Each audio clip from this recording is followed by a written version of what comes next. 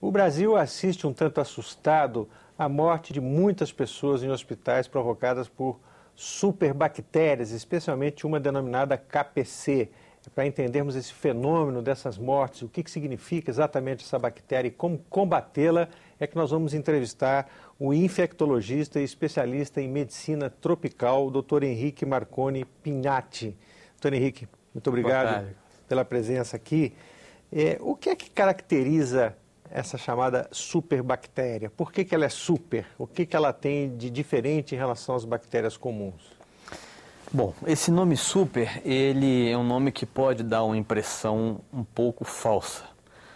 Ele, na verdade, são duas facetas. A bactéria, ela é chamada de super porque ela tem uma resistência maior aos antibióticos. Mas ela não deve ser entendida como superbactéria no sentido que ela seja mais agressiva ou que ela causa uma doença pior. A diferença dessas bactérias que vem se desenvolvendo no mundo todo é que elas têm poucas opções terapêuticas de antibióticos. Quer dizer, para o caso específico da KPC já se encontraram os antibióticos necessários, não é? Olha, a gente tem hoje um arsenal de antibióticos que logo após os anos 40 começou a haver uma procura de alternativas terapêuticas. Isso veio subindo e alcançou seu apogeu nos anos 70. Desde então, começou a diminuir os novos antibióticos. No caso dessa bactéria específica KPC, a gente não tem alternativas terapêuticas há muitos anos, há mais de 10 anos, não tem coisas novas para esse grupo de bactérias no qual a KPC está inserida.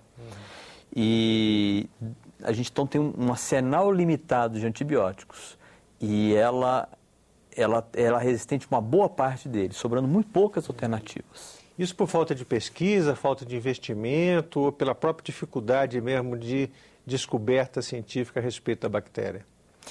Não, é por falta de investimento. A gente pode, para a gente entender a questão das bactérias, a gente tem dois grandes grupos, o grupo gram-positivo e o grupo gram-negativo. O grupo gram-positivo foi, até o momento, problema para os países que desenvolvem os antibióticos, países ricos, Europa e Estados Unidos, né? Então, nós tivemos alternativas, coisas novas para esses antibióticos. E para o grupo gram-negativo, até pouco tempo atrás, não era um problema para eles. Então, de fato, o último antibiótico realmente eficaz para essas bactérias, são os carbapenemas, eles surgiram no início da década de 80. Desde então, teve pouquíssima coisa nova. Então, a gente hoje tem pouca alternativa para o tratamento dos gram-negativos. E o gram-negativo, a KPC é uma modalidade. Na verdade, KPC não é uma bactéria. KPC é um nome de um gene de resistência, que foi primeiramente isolado numa bactéria, e ela ganhou o nome dela, K de Klebsiella, né? Então, mas esse gene pode ser transmitido para outras bactérias, não é isso? Pode ser transmitido por outras bactérias, do gene do grupo das bactérias chamada enterobactérias, que são bactérias que estão presentes dentro do intestino humano. Bom, e o que caracteriza, como é que surge uma superbactéria? Quer dizer, como é que ela nasce no grupo das bactérias comuns? O que a torna, historicamente, mais resistente ao conjunto de antibióticos? Olha, as bactérias, elas são seres vivos que estão aí no mundo, né, há milênios. E então, interação. Eu diria para você até o seguinte: os antibióticos vieram da natureza, principalmente os fungos. E muitos antibióticos, quando se descobriu o antibiótico, já existia bactéria que tinha gene de resistência a ele, antes dele existir. Por exemplo, a penicilina. O primeiro antibiótico foi a penicilina, que foi para tratar Staphylococcus aureus. Então, começou o emprego da penicilina na década de 40. Estudos, havia cepas de Staphylococcus de antes dos anos 40, guardadas. já existiam cepas guardadas antes de existir a penicilina que já eram resistentes à penicilina. Tem uma questão genética, né? Então, exatamente, a bactéria é uma questão genética e esse processo de interação ele está presente. Quando você introduz um antibiótico, você simplesmente acelera o processo evolutivo de desenvolvimento de resistência. Eu diria que o processo de resistência ele é inevitável, ele vai acontecer ao longo de um período. A gente pode, isso sim, evitar e postergar isso aí. Como? Usando de maneira consciente o antibiótico, né? E desenvolvendo novos antibióticos. No caso das bactérias gram-negativas, por um lado, houve uma parada de pesquisa, então pouca coisa nova, ficou parado no tempo e elas continuaram evoluindo. Né? Antes da KPC já existiam outras bactérias com esse grau de resistência. Né? E as pessoas não acordavam, e a coisa não acordava, não se acordava para o problema. Até que chegou a KPC. A KPC, ela trouxe digamos, um alerta maior, porque a KPC é uma bactéria nossa, da nossa flora intestinal. Né? Então, ela pode vir a colonizar as pessoas. E o segundo alerta maior é que a KPC, ela tem uma capacidade de gerar uma estrutura chamada pile, que ela é uma espécie de um caninho, que ela fura outra bactéria e pega o material de resistência, multiplica ele e passa fisicamente por esse caninho para outra. Aí todas as bactérias ficam resistentes. Em torno dela. Isso pode acontecer, inclusive, no esgoto, dentro do intestino humano. Então, digamos assim, ela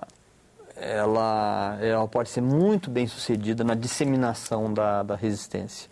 O senhor falou no uso adequado, o uso parcimonioso do antibiótico.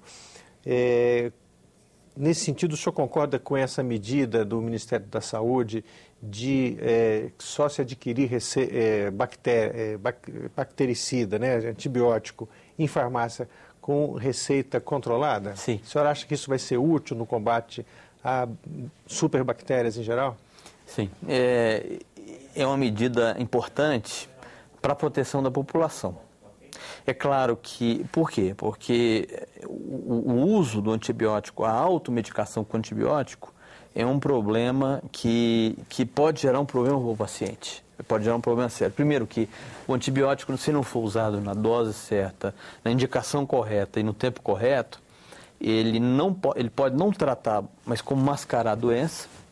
Então, eu já tive, por exemplo, vindo até mim pessoas que estavam usando antibiótico, estavam com um quadro de meningite, e pelo fato de ter tomado antibiótico, dificultou o diagnóstico da meningite, porque tratou mais ou menos, né? Então a doença não ficou evidente, e depois dificultou a identificação do germe, que é um passo muito importante para a gente. Então, é uma proteção para o paciente. Segundo, as bactérias, para essa bactéria multiresistente, para ela se instalar na pessoa, ela precisa de primeiro, ela tem que se aderir a um local. Imagina um grande estacionamento em que todas as vagas desse estacionamento estão ocupadas. Então, a bactéria ela pode até passar por ali, mas se ela não tiver uma vaga para ela ocupar, ela não consegue se instalar, no caso do intestino. Quando você tira os carros, você abre vagas para ela se instalar e ocupar as vagas do lado. Quando você toma antibiótico, a sua flora, ela te protege, as suas bactérias boas. O antibiótico mata as nossas bactérias boas, ele abre vagas. E se você tiver num meio com a presença de bactérias resistentes, ela pode passar por ali e se instalar e te colonizar. Entendeu? Então, agora, nesse momento que a gente está vivendo, essas bactérias diferentes agora, mais do que nunca é importante